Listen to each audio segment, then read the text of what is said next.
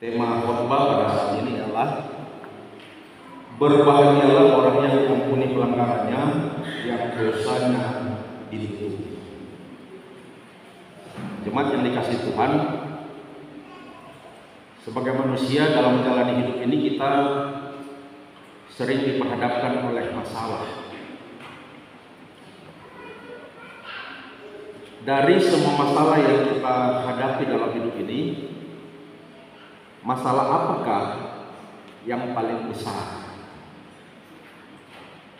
Masalah apakah yang paling inti, yang paling pokok? Dari semua tragedi yang kita hadapi dalam hidup ini, tragedi apakah yang paling besar? Nah, masalah yang paling besar yang dialami oleh manusia dalam hidup ini adalah yang namanya dosa, dosa.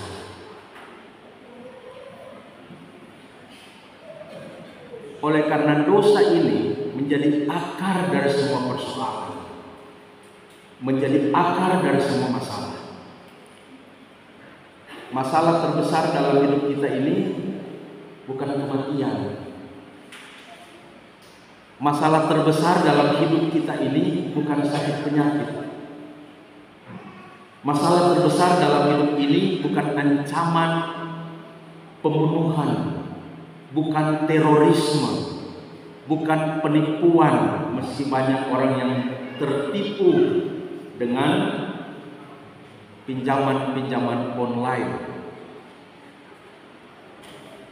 dengan investasi-investasi bodoh.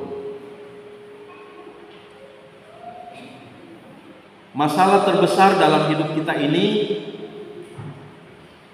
bukan bencana alam, banjir, longsor, gempa, bukan.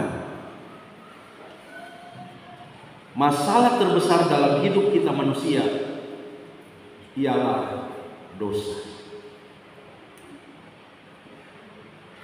Dan tidak ada satupun manusia yang bisa mengalahkan dosa.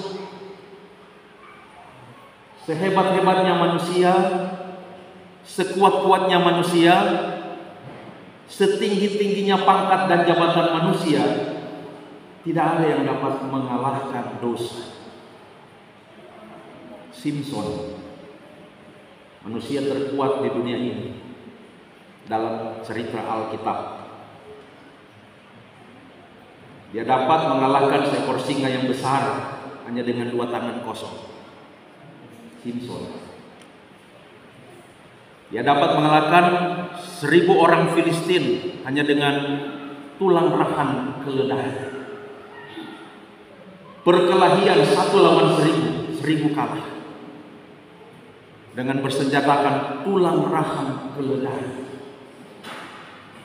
Dalam setiap pertempuran tak pernah kalah. Dengan 2 tangannya dia dapat merobohkan satu bangunan yang besar dengan tiang-tiang yang besar. Roboh, hancur bangunan. Tetapi manusia terkuat ini tidak dapat mengalahkan dosa ketika dosa datang menggoda melalui seorang perempuan cantik yang bernama Delila. Padahal Tuhan sudah bilang jangan kawin dengan orang kafir, bukan orang Israel. Sekuat-kuatnya Simpson, sehebat-hebatnya Simpson, tidak dapat mengalahkan dosa. Daud, pahlawan perang gagah perkasa. Waktu Saul pulang dari peperangan, rakyat di kota Yerusalem berseru-seru, bersorak-sorak. Saul mengalahkan beribu-ribu musuh. Tetapi waktu Daud pulang dari medan peperangan masuk kota Yerusalem, masyarakat mengeluh-elukan Daud. Daud mengalahkan berlaksa-laksa musuh. Berlaksa-laksa musuh artinya berpuluh-puluh ribu musuh lewat Saul. Lalu Daud diurapi menjadi raja Israel. Dan dia menjadi raja atas 12 suku Israel. yang sepanjang masa kepemimpinannya Israel tak pernah kalah dari musuh-musuh Israel. Oleh karena kepiawaiannya dalam berperang, Daud adalah seorang pahlawan perang, gagah perkasa, tak terkalahkan. Tetapi suatu ketika dia berada di tingkat 3 dari istananya, tatkala dia menengok ke jendela, dia melihat di bawah ada seorang perempuan cantik, molek, mulus, seks, sedang mandi telanjang. Dia tidak dapat menahan hawa nafsu birahinya. Dia suruh orang memanggil perempuan itu tatkala suaminya ada di medan perang. Dibawanya perempuan itu di istananya. Dia berhubungan badan dengan perempuan itu yang bernama Batseba. Lalu perempuan yang bernama Batseba itu hamil. Waktu suaminya pulang di medan peperangan, muncul pikiran licik dalam pikirannya yang berdosa itu. Saya mau suruh suaminya yang bernama Uria, seorang prajurit gagah perkasa, pulang dan tidur dengan istrinya, supaya kehamilan istrinya itu dikira adalah kehamilan karena suaminya, bukan karena anak. Licik sekali. Tetapi Uria berkata, bagaimana mungkin aku pulang dan bersenang-senang dengan istriku sementara prajurit Israel ada di medan peperangan? Tidak, aku tidak akan pulang dan bersenang-senang dengan istriku. Daud bingung, bagaimana ini? Maka ketika kembali ke medan peperangan, Daud memerintahkan kepala pasukan menempatkan Uria di barisan paling depan, dan saat musuh sedang menyerbu, mundur supaya dia terbunuh di sana, dan itu yang terjadi. Lalu Daud setelah Uria meninggal mengambil Batseba menjadi istrinya. Ini dosa yang sangat jahanam, saudara-saudara. Wanitanya diambil, suaminya dibunuh. Jahanam, jahat sekali. Seorang yang sedemikian saleh seperti Daud, yang dipakai oleh Tuhan menulis firman yang dicatat di dalam kitab Mazmur begitu banyak. Seorang yang kuat, gagah perkasa, tak pernah terkalahkan dalam peperangan, tak bisa mengalahkan dosa. Sehebat-hebatnya dan sekuat-kuatnya manusia, tak akan pernah bisa mengalahkan dosa. Akan tetapi dosa menjadi masalah terbesar yang harus dikalahkan. Kenapa? Karena dosa merupakan penghalang manusia untuk tinggal bersama Tuhan di dalam surga yang kekal. Dan bahkan dosa sedang membawa manusia menuju pada api kekal yang bernyala-nyala, api neraka. Karena itu pertanyaannya, bagaimana kita manusia bisa mengalahkan dosa, menyingkirkan penghalang menuju ke surga ini? Adakah orang yang lebih kuat dari Daud? Adakah orang yang lebih kuat dari Simpson? Dan bahkan meskipun ada, tetap tak akan pernah bisa mengalahkan dosa. Tak ada jalan keluar dari kita manusia untuk terlepas dari kuasa dosa. Tak ada jalan keluar. Ada pengajaran yang mengajarkan bahwa supaya dosa bisa terlepas dari kehidupan manusia dan tidak menjadi penghalang menuju ke surga, maka dalam hidup ini berbuat baiklah sebanyak-banyaknya, rajinlah beribadah supaya bisa diterima di surga.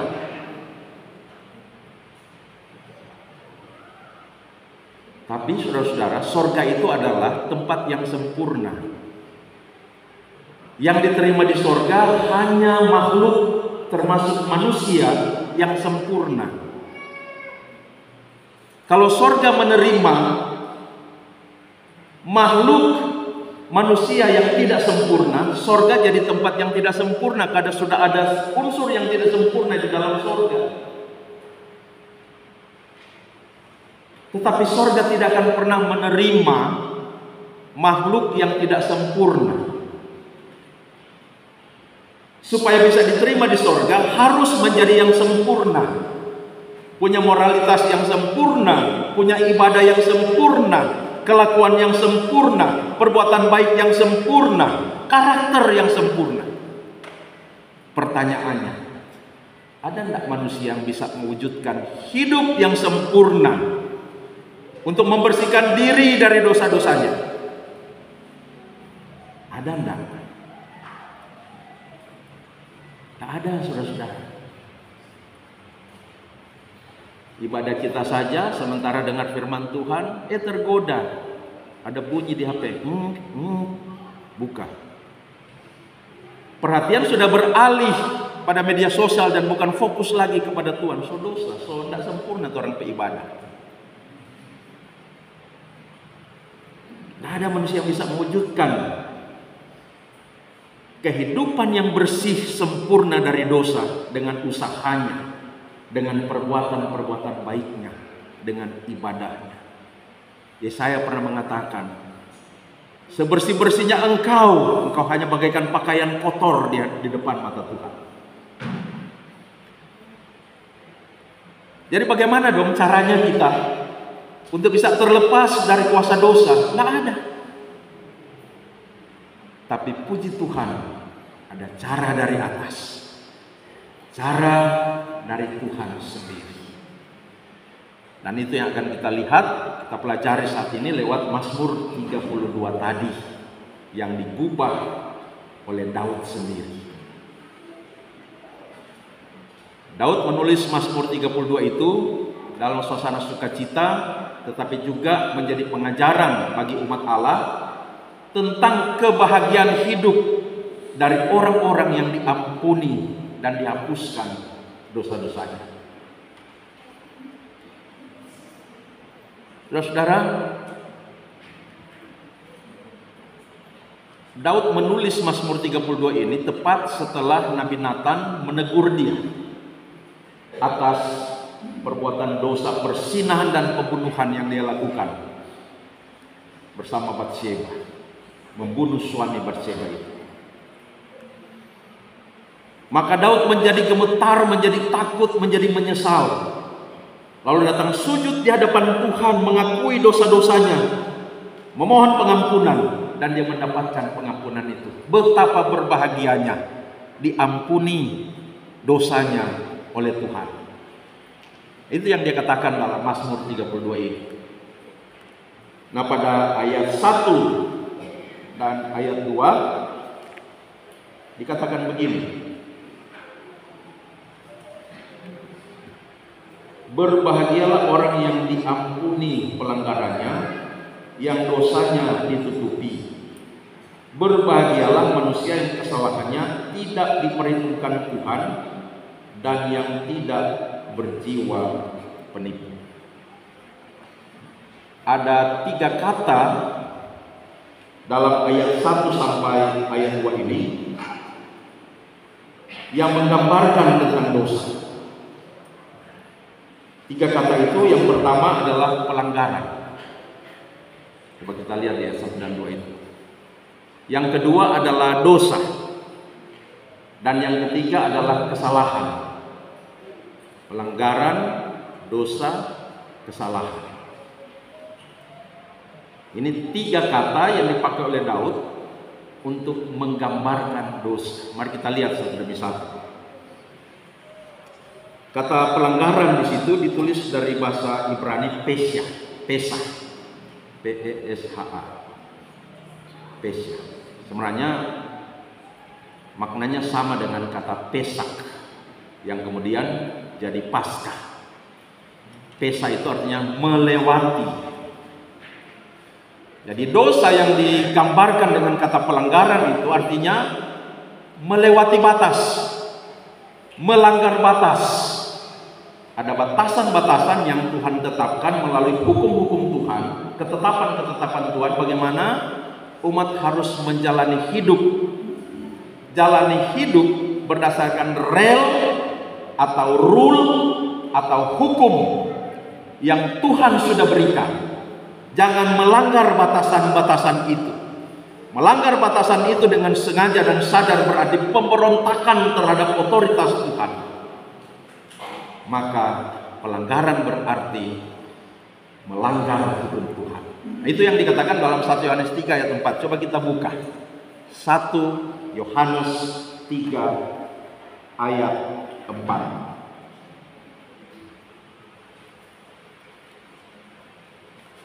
1 Yohanes 3 ayat 4. Sudah ditemukan? Kalau sudah ditemukan, mari kita baca sama-sama. 2, 3. Setiap orang yang berbuat dosa melanggar hukum Allah juga, sebab dosa ialah pelanggaran hukum Allah. Dosa ialah apa? Pelanggaran hukum Allah. Dan itu yang dilakukan oleh Daud, melanggar hukum Allah. Hukum apa? Jangan berzina. Hukum apa? Jangan membunuh. Yang kedua, dosa disebut dengan istilah dosa itu sendiri.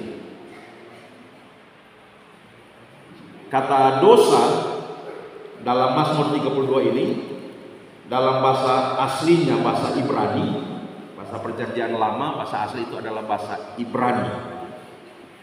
Itu ditulis dengan istilah cata'ah. Yang kalau dalam Perjanjian Baru, bahasa asli Perjanjian Baru adalah bahasa Yunani. Ditulis dengan istilah hamartia. Bahasa Ibrani cata'ah, bahasa Yunani hamartia. Artinya sama, yaitu apa? Melenceng dari tujuan. Jadi dosa itu artinya melenceng dari tujuan. Ketika Allah menciptakan dunia ini, termasuk di dalamnya ketika Allah menciptakan kita manusia,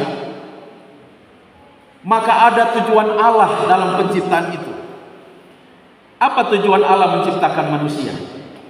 Yaitu agar supaya manusia beranak cucu, menjadi umatnya, dan hidup memuliakan Dia dan menikmati kasih-Nya selama-lamanya. Itu tujuan Allah bagi kita, bagi manusia. Saya ucapkan sekali lagi, lalu kita ikuti sama-sama ya. Tujuan Allah bagi kita manusia ialah supaya kita menjadi umatnya yang memuliakan Dia dan menikmati kasih-Nya selama-lamanya. Bisa dihafal?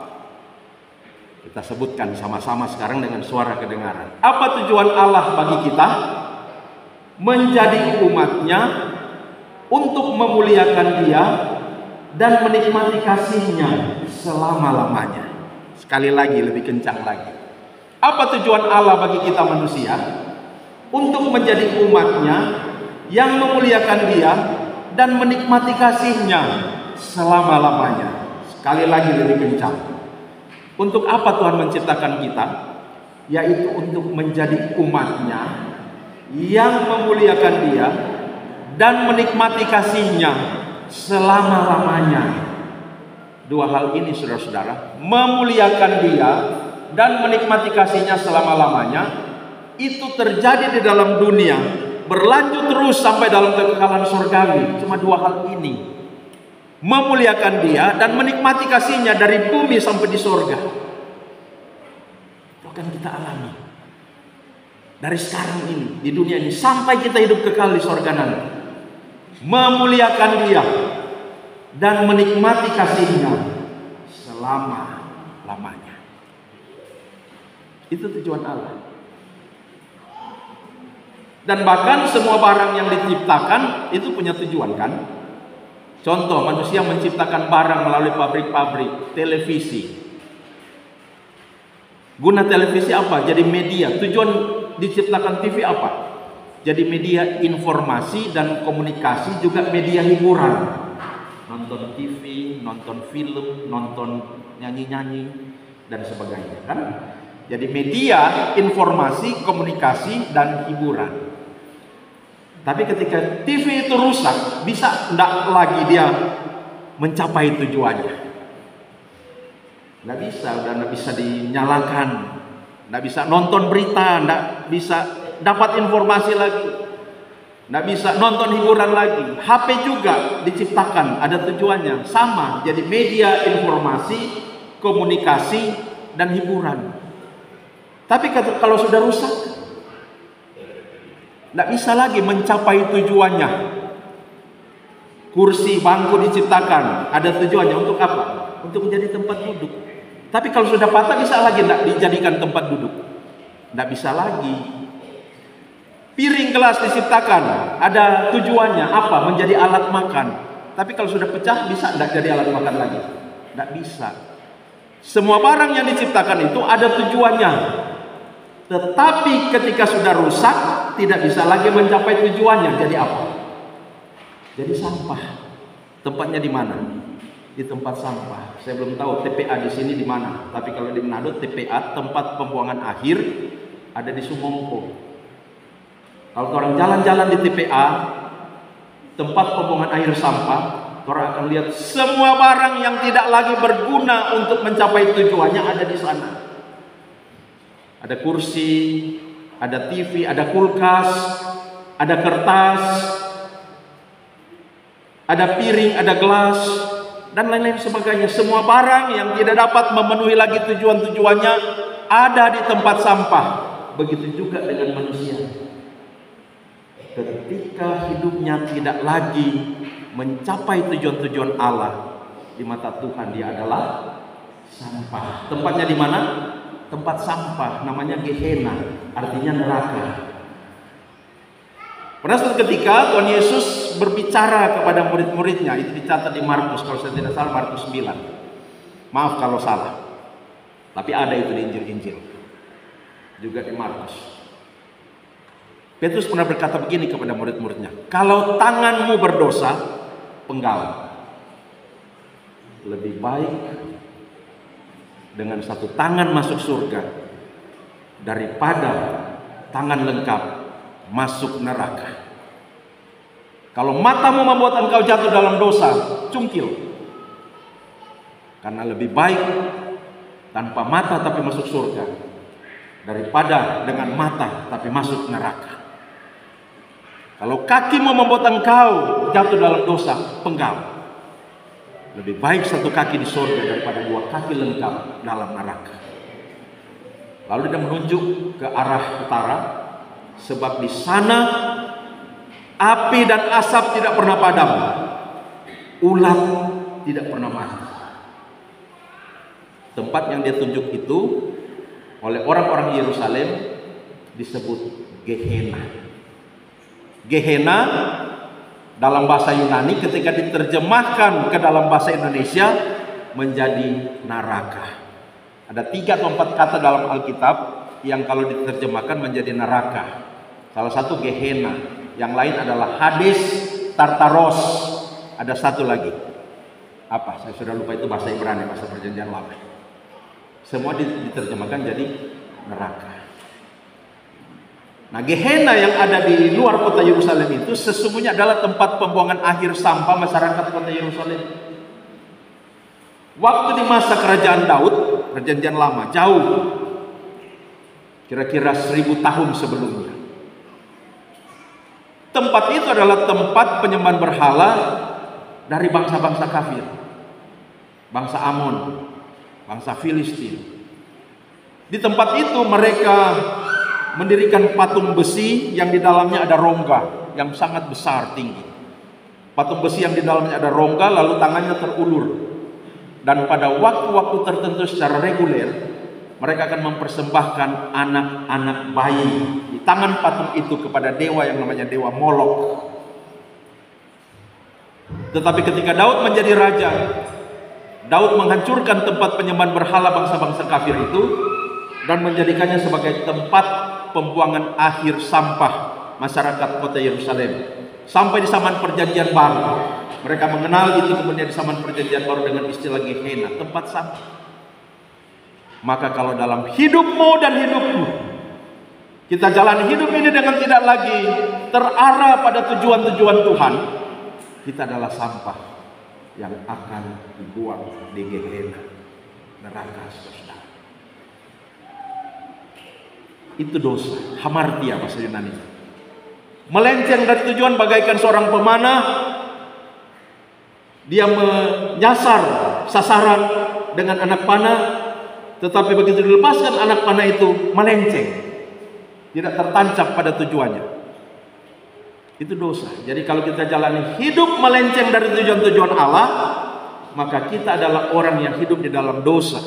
Kita adalah sampah ciptaan yang rusak. Tetapi puji Tuhan, Tuhan mau perbaiki. Karena itu ada pengampunan. Karena itu ada penghapusan dosa. Karena itu kita dipanggil untuk kembali pada tujuan Tuhan. Tetapi yang tidak mengarahkan hidupnya pada tujuan-tujuan Tuhan, berarti tempatnya di Gehenna itu. Yang ketiga, kesalahan. Kesalahan itu dalam bahasa aslinya artinya berlaku tidak benar, tidak berjalan dalam kebenaran.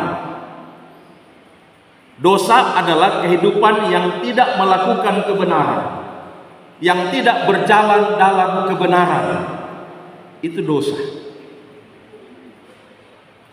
Nah, semua ini sudah dilakukan oleh Daud, sudah dilakukan oleh semua manusia termasuk saya dan saudara-saudara.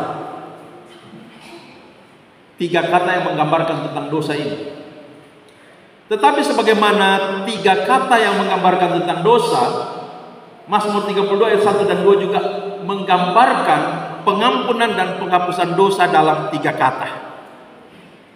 Apa 3 kata yang dipakai pada ayat 1 dan 2 ini untuk menggambarkan pengampunan dosa? Yang pertama, diampuni. Yang kedua, ditutupi. Yang ketiga, tidak diperhitungkan. Yang pertama, kata diampuni itu yang dalam bahasa Ibrani ditulis dengan istilah nasa. Nasa ini adalah mengandung arti mengangkat dari. Kita yang sedang tenggelam di dalam lumpur dosa, hendapi nasa sedang tenggelam dalam lumpur dosa. Lalu Tuhan Allah datang menjadi manusia, mengangkat kita yang sedang tenggelam dalam lumpur dosa, menyelamatkan kita. Tetapi juga bisa dalam pengertian mengangkat dosa dari hidup kita.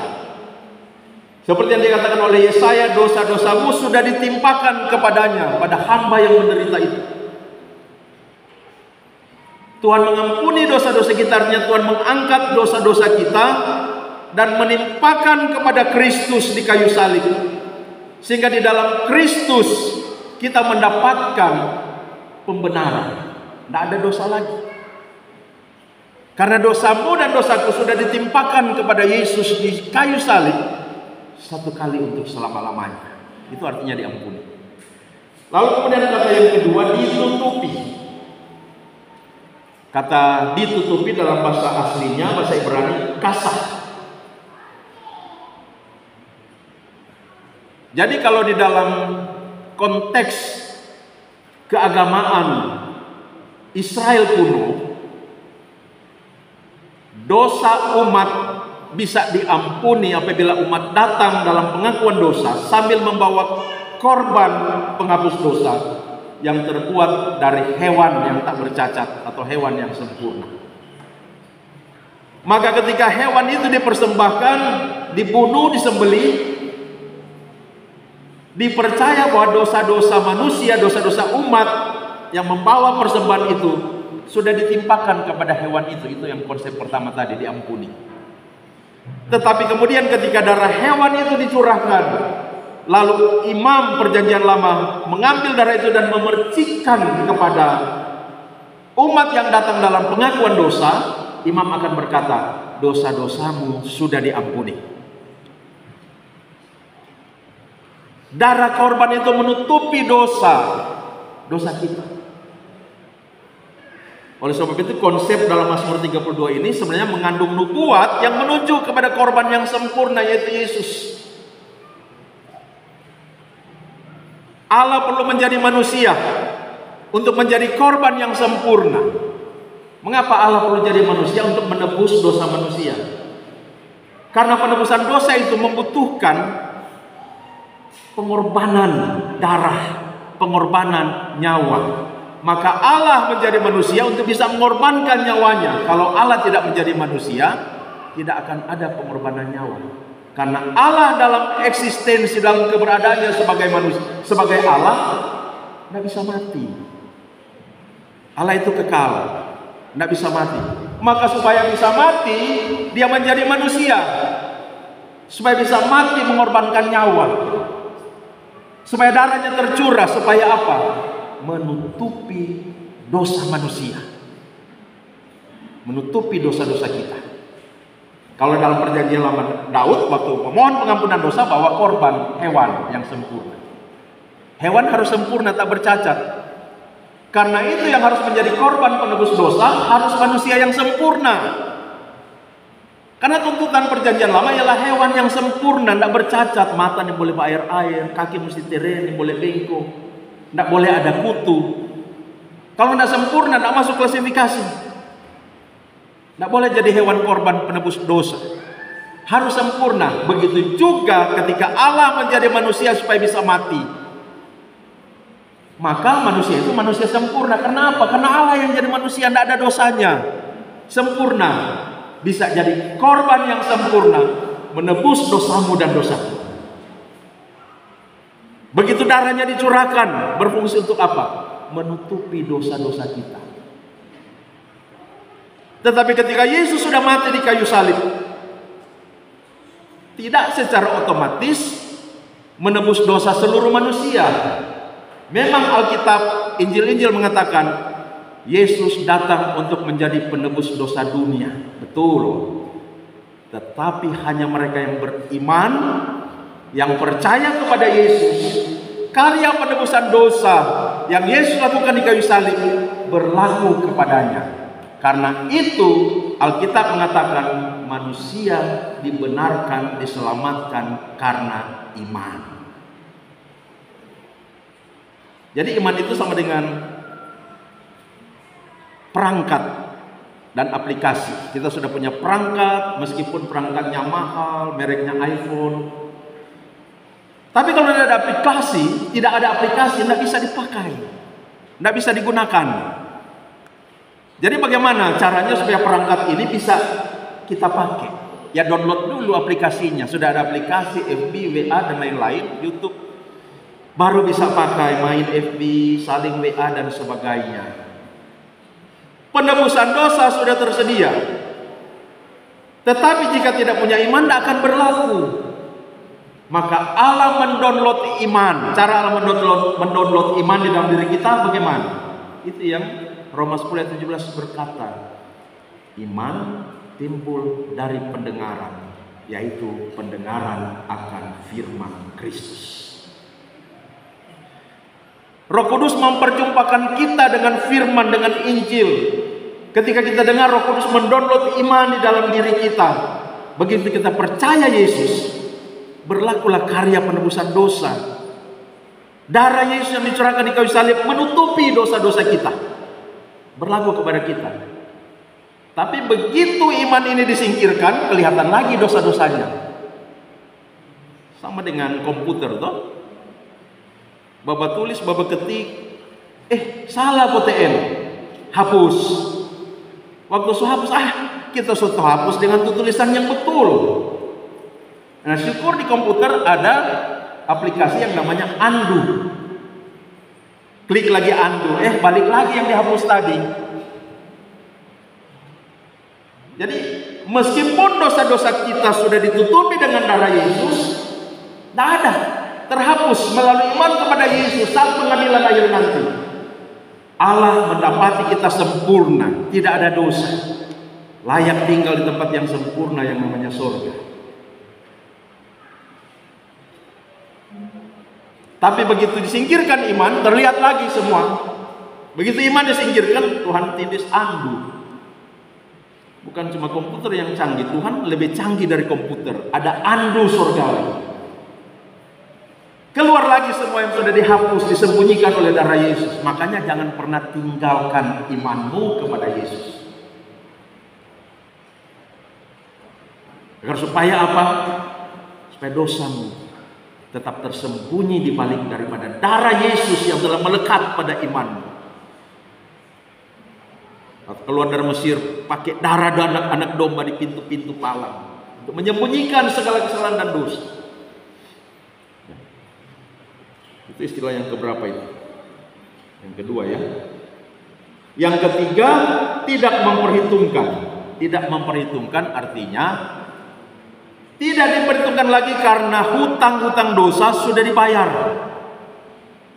Tidak ada hutang dosa lagi, dibayar lunas dengan apa? Dengan nyawa, dengan darah Yesus. Dalam perjanjian lama dengan nyawa, dengan darah korban.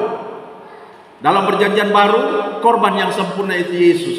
Dengan nyawa, dengan darah Yesus korban yang sempurna itu. Tidak diperhitungkan lagi. Maka jalan tol tre masuk dalam tempat yang sempurna yang namanya surga karena mengalami pengampunan.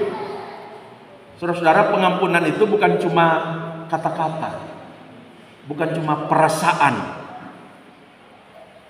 dari Allah yang mau mengampuni. Karena kamu sudah mengaku dosa dengan sungguh-sungguh, saya ampuni. Tidak seperti itu. Allah kita adalah Allah yang maha kasih, tapi juga maha adil. Maha kasih maka ada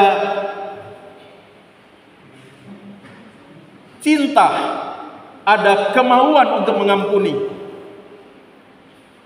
Tetapi dia maha adil. Sebagai Allah yang maha adil, Allah harus menghukum, memurkai setiap dosa yang dilakukan oleh manusia.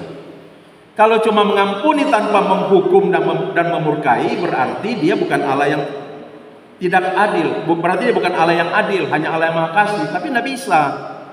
Allah itu maha kasih, maka mengampuni, sekaligus maha adil, maka menghukum.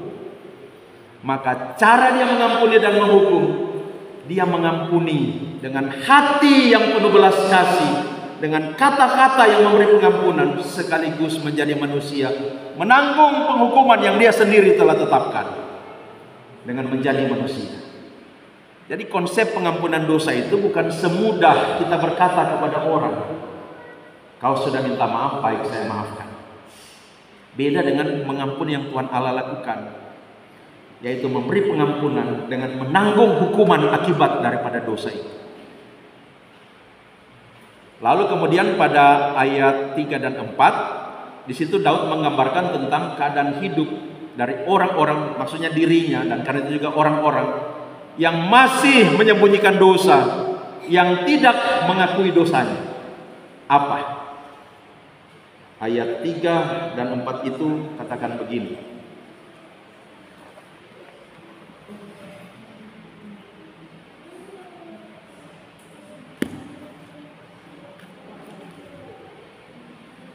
Selama aku berdiam diri, tulang-tulangku menjadi lesu, karena aku mengeluh sepanjang hari. Sebab siang malam tanganmu menekan aku dengan berat, sumsumku menjadi kering seperti oleh teriknya musim panas. Ada sakit fisik, ada tekanan jiwa, tekanan batin, akibat dosa-dosa yang dilakukan, sehingga tidak ada damai sejahtera, tetapi juga kekeringan rohani, panas terik, kekeringan rohani.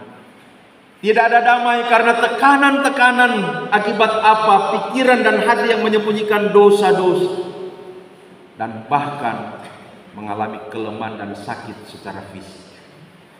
Tidak semua sakit, penyakit dan tekanan-tekanan, depresi-depresi terjadi oleh karena dosa, tetapi setiap dosa yang disembunyikan, pelanggaran-pelanggaran yang belum diselesaikan, akan mendatangkan penyakit fisik, tekanan bagi jiwa, sampai depresi, bisa sampai gila, sampai pada kekeringan secara rohani, bisa juga kekeringan secara ekonomi. Jadi kita lihat nih akibat dari dosa yang dikatakan oleh Daud ini, saudara. Mau kita mengalami itu? Ada orang yang mungkin ekonominya kuat, kaya raya, tetapi penuh dengan kegelisahan karena tidak ada damai sejahtera, sakit lagi, dan kekeringan rohani. Kalau kita baca dari kisah dari Roma pasal 6. Dosa mendatangkan apa? Dosa mendatangkan penjajahan atas kehidupan kita. Roma 6 ayat 12. Dosa berkuasa atas hidup kita, sehingga meski kita tahu kebenaran, yang kita lakukan adalah ketidakbenaran. Sama dengan Daud. Tahu nih boleh ambil orang beristri, dia ambil. Tahu tidak boleh membunuh, dia bunuh. Dia tahu itu. Tapi yang dia lakukan ialah justru yang sebaliknya. Roma 12, Roma 6 ayat 12, Roma 6 ayat 13. Dosa itu membuat hidup kita, anggota-anggota tubuh kita abdikan untuk melayani kepentingan-kepentingan dosa menjadi senjata kelaliman. Sama dengan Daud. Tubuhnya, pikirannya, jabatannya, wewenangnya dia pakai untuk melakukan hal yang lalim. Apa? Menyingkirkan seseorang dengan membunuhnya untuk mendapatkan istrinya. Tapi juga kita tahu akibat dosa adalah maut. Ketika kita mengetahui tiga hal ini, akibat dosa adalah maut. Yang ketiga, maut itu mulai daripada dunia ini sampai akhirat. Maut dalam dunia ini itulah kematian. Tetapi kematian bukan hanya terjadi secara jasmani, tapi juga terjadi secara rohani. Waktu di Taman Eden, Allah berfirman kepada Adam dan Hawa, kepada Adam dulu. Adam, jangan kamu makan buah yang di tengah-tengah taman, yang lain boleh. Yang di tengah-tengah jangan kau makan buahnya, karena kalau engkau makan, engkau pasti mati. Mereka makan. Hawa duluan dikasih pada suaminya. Adam juga makan. Mereka mati? Tidak. Masih hidup sampai 900-an tahun. Mati di sini artinya apa? Artinya mati secara rohani, yaitu terpisah dengan Allah, dengan sumber kehidupan, dengan sumber keselamatan. Hidup tapi terpisah dengan sumber hidup. Itu mati secara rohani. Tapi kemudian 900-an tahun mati secara jasmani juga. Itu yang kita alami. Tetapi kemudian saat pengadilan akhir tiba, mati, binasa dalam pengertian tersiksa dalam api kekal yang bernyala-nyala. Itu kematian pada akhir nanti. Tersiksa dalam api kekal yang bernyala-nyala. Menyadari akan hal ini membuat Daud gelisah. Menyadari akan tiga pekerjaan dosa ini membuat hidup kita melayani kejahatan, membuat tubuh kita menjadi senjata kelaliman, membuat hidup kita terarah pada maut, mengalami maut. Membuat kita gelisah kalau kita masih menyembunyikan dosa. Kalau anak-anak Tuhan hidup dalam dosa, pasti Roh Kudus menggelisahkan hatinya. Sehingga apa? Mau datang kepada Tuhan dalam penyesalan, mengakui dosa, memohon ampun, bertobat. Itu anak Tuhan. Tapi kalau hidup dalam dosa lalu tidak ada kegelisahan, itu bukan anak Tuhan. Kalau hidup dalam dosa lalu merasa nyaman, nah hati-hati, bukan anak Tuhan itu. Kan manusia ada dua, anak Tuhan itu orang-orang tebusan Tuhan, dan orang-orang yang memang ditentukan untuk dicampakkan dalam api kekal yang bernyala-nyala. Itu yang saya sebut bukan anak Tuhan. Orang-orang yang bukan anak Tuhan ini meski sudah hidup dalam dosa tidak ada kegelisahan. Meski bersinah, hugel, judi, dan lain-lain sebagainya, menipu, mencuri, korupsi, tidak ada kegelisahan dalam hati, aman-aman saja. Tapi pada akhirnya neraka. Dalam dunia pasti akan menderita juga. Ada masanya. Tapi yang mengalami kegelisahan, oh Tuhan, saya sudah berdosa, mohon ampun Tuhan. Nah, ini anak Tuhan. Dan kita masih manusia bisa jatuh dalam dosa. Tapi jangan sengaja berbuat dosa. Berjuang berupaya untuk melawan dosa, tapi ketika jatuh dalam dosa, datang cepat-cepat. Mengaku dosa, memohon pengampunan dari Tuhan. Ayat 5 dan 6 itu, atau ayat 5 itu berbicara tentang bahagianya mendapatkan pengampunan dosa oleh karena ada pengakuan. Supaya tidak lama saya langsung saja, lalu ayat 6 dan 7 berkat daripada pengakuan dosa yang sungguh-sungguh, yaitu apa? Yaitu ada perlindungan Tuhan, hukuman Tuhan dijauhkan, air bah di situ simbol daripada penghukuman Tuhan dijauhkan, lalu ada perlindungan Tuhan, ada pemeliharaan Tuhan. Hidup kita terhubung kembali dengan Tuhan. Sumber hidup, sumber keselamatan terhubung kembali. Kita ada dalam persekutuan dengan Tuhan. Tuhan cover, Tuhan lindungi, Tuhan jagai, Tuhan pelihara. Tetapi juga ayat 8 dan 9 berbicara tentang bagaimana sesudah kita mengaku dosa, Dia mau membimbing kita untuk hidup dan bertumbuh di dalam kebenaran. Orang-orang yang mengaku dosa mau belajar firman Tuhan, mau dibimbing untuk mengenal kebenaran dan terus hidup di dalam kebenaran. Terpujilah Kristus. Amin. Silakan kalau masih ada puji-pujian.